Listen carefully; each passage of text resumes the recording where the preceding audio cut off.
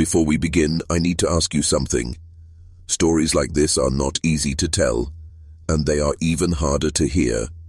If you feel the weight of these forgotten voices, if you believe these hidden histories deserve to be uncovered, then subscribe to this channel.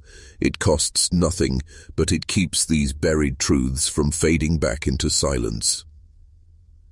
Beneath the silent hills of forgotten America, there is a story whispered only in shadows, a story that crawls under the skin and stays there. It is the story of a single woman, a bride, whose life was not her own, passed down through the hands of fathers, sons and grandsons, claimed not by love, but by blood, ritual and hunger. To outsiders, the family seemed strange enough, isolated, private, evasive, but to those who dared look closer, what they saw was something far darker. A lineage held together by one woman, shared across generations, a living possession caught in the iron grip of inbreeding. This is not folklore. This is not a tale meant to entertain. It is the quiet horror of a family that erased boundaries, erased morality, and erased the very line between husband and father, wife and daughter.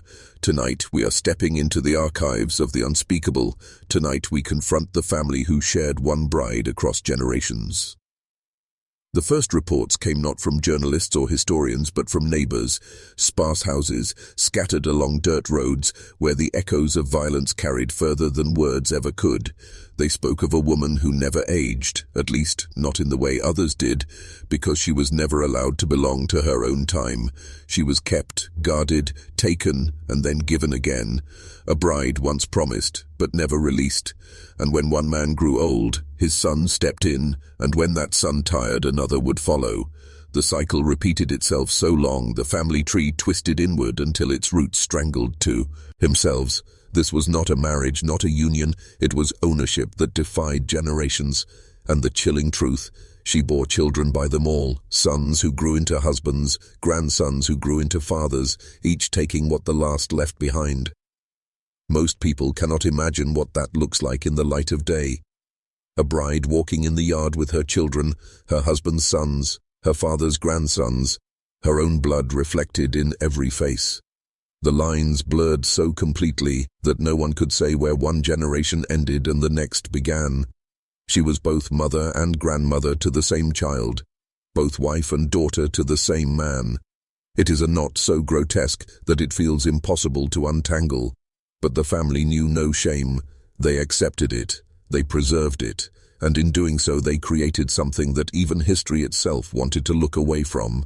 The woman herself is almost invisible in the record, and that is the most haunting part. She had no voice, no diary, no testimony that survived. Her existence was filtered only through the men who claimed her, who stripped her of identity until she became a figure more myth than human.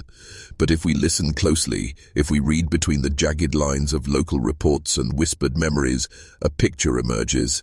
Neighbors spoke of her as silent, almost ghost-like. They said her eyes had the look of someone who had seen too much, but could never speak it. Children playing near the property remembered catching glimpses of her on the porch, holding a baby in her arms, while another child clung to her dress, and yet another stood at her feet. Different ages, but with faces so alike it was difficult to tell them apart. She was always surrounded by children, always pregnant, always claimed. What was her fate? To outsiders, she was the wife of one man, but those who looked closer noticed the shifts. When the father grew sick, she was suddenly attached to the son. When the son aged, she became tied to the grandson. They never let her go. She became an heirloom, passed down like land or livestock, an object whose purpose was to carry the family line inward until it consumed itself. And with each generation, her body bore the proof. Children with crooked eyes, sunken jaws, twisted bones, babies who never survived the winter, infants buried quietly with no markers, as if their brief lives were secrets better left unspoken. Yet still she endured, her body breaking under the demands of bloodlines that refused to expand outward. Imagine the silence in that home, a silence broken only by cries of infants and the heavy footsteps of men who believed they were entitled to her. No laughter, no visitors, no connections to the world beyond their land, just the repetition of ritual, year after A year, until the outside world forgot she even existed. The strangest part is how ordinary the house looked. Just another weathered cabin among the Appalachian ridges, another place where poverty blended into the trees. From the road, nothing seemed unusual, but behind its door lay a cycle so horrifying, so unnatural, that even those who discovered pieces of it struggled to believe it was real. The story begins to sharpen when we trace the children. They were the living evidence of what had been done, each one carrying the weight of a lineage that folded in on itself. Neighbors recalled their odd features, their strange mannerisms. Some could not speak clearly, others struggled to walk straight. Many had eyes that wandered in opposite directions, jaws that never set quite right, skin that carried a pallor too fragile for childhood. Teachers, when the children occasionally appeared in a local schoolhouse, noticed the patterns immediately. They sat quietly in the back, unable to follow lessons, their names always blending into confusion. So many brothers who were also uncles, cousins who were also siblings. When asked about their father, they would hesitate, unsure which one to name. For them, the concept of family was not a structure, but a maze. One particularly haunting report described a girl, no more than 10, who carried a baby on her hip as if she were already a mother herself. She followed her mother everywhere, imitating her, learning the role she knew would one day be forced upon her. That girl was not just a daughter, she was already being groomed as a replacement, the next bride for the next generation. The cycle was designed to preserve itself, like a machine that devoured its own parts and replaced them with replicas. No one in the family questioned it. The men expected it, the women endured it, and the children grew into roles predetermined before they were even born. What makes this story so disturbing is not only the act itself, but the way it was hidden in plain sight. In rural America, isolation protected them, poverty excused them. That's just the way they are, some would say, turning their eyes away. But those who dared to speak out, those who noticed too much, were often dismissed as spreading gossip, and so the family continued, generation after generation, like a ghostly current beneath the surface of society. Think about the psychology of it. A family so trapped in its own twisted order that escape was unimaginable. For the bride, there was no outside world. For the children, there was no alternative future. And for the men, there was no shame, because they had created a reality where the unnatural became tradition. It was not just a crime against one woman, it was a crime woven into the fabric of a bloodline. The deeper we dig, the more the past begins to rot in our hands. Court records and county whispers tell us that outsiders eventually stumbled too close. A doctor called out to the property for a sick child, saw the signs immediately. Features that should not have appeared in such combination, illnesses born from the body folding against itself. He asked questions, too many questions, and soon word spread that something unnatural was happening in that house, something more than poverty, more than misfortune. But when local authorities arrived, they found nothing more than frightened children and a woman too broken to speak. The men stood by her side, presenting themselves as protectors, as husbands, as fathers. No one could untangle who belonged to whom. Records became muddled, names contradicted each other. In the end, the truth was too grotesque to fit neatly into a report, and so it was buried beneath vague language, unfit conditions, family irregularities. What they had uncovered was too monstrous for paper. And yet, the evidence lived on in blood.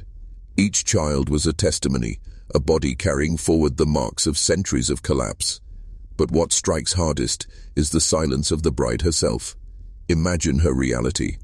When one man grew old, she was handed to another. When her sons became men, they became her husbands. When her grandsons grew, they followed the same path. She was both mother and wife to the same blood. She was entombed in a role she could never leave. And if she cried out, if she resisted, the walls of isolation smothered her voice. Who would hear her in the hills? Who would believe her if she spoke? The horror is not only in what was done, but in how long it was allowed to continue. Generations passed while the same cycle tightened around her.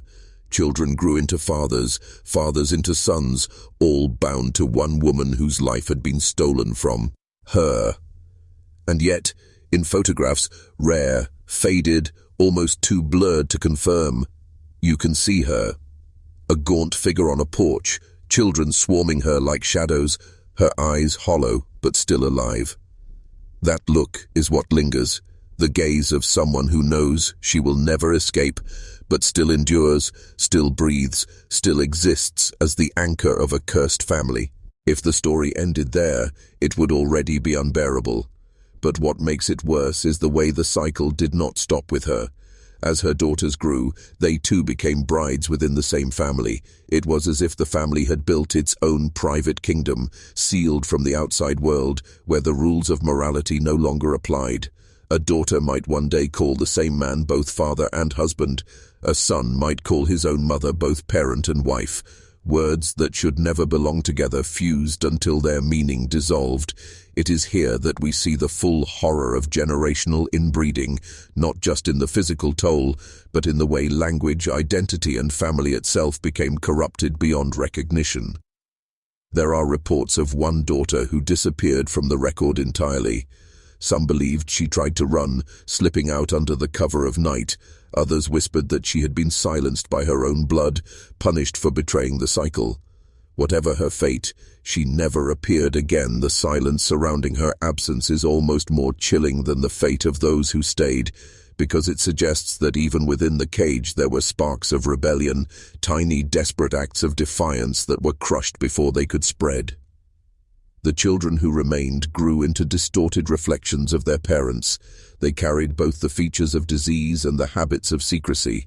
Outsiders noticed the way they avoided eye contact, the way they huddled together when spoken to, as if unsure how to behave in the presence of strangers. One witness described them as feral, but not wild, tame in a way that felt wrong. Their innocence had been replaced by a kind of generational conditioning, a silent agreement that what happened inside the family must remain buried there. And here is where the tragedy begins to feel endless, because when one woman was no longer enough, he family looked inward again, finding another daughter, another bride, repeating the same cycle until time itself seemed to fold. This was not just a family, it was a machine built to consume its own blood, to preserve itself by destruction, and the further it went, the more broken the line became, until their very faces betrayed the secret they tried so hard to hide. If you're still watching, you're already braver than most. Tell us in the comments, what would you have done if this was your bloodline? The outside world only began to understand the full scope when fragments of the story leaked through gossip, crime reports, and scattered testimony. Journalists would occasionally circle the family, but most turned away, unsettled by what they saw. Some wrote brief pieces in local papers, always careful with their language, too careful. Words like peculiar, strange, troubled were used instead of what they truly meant: inbred, imprisoned, enslaved. It was as though no one dared to name it outright, afraid the truth itself might spread like a disease. And so the story sank deeper into silence, becoming a shadow legend whispered in bars, in schoolyards, in hushed warnings passed down through generations of neighbors. But silence cannot erase the evidence written into the body.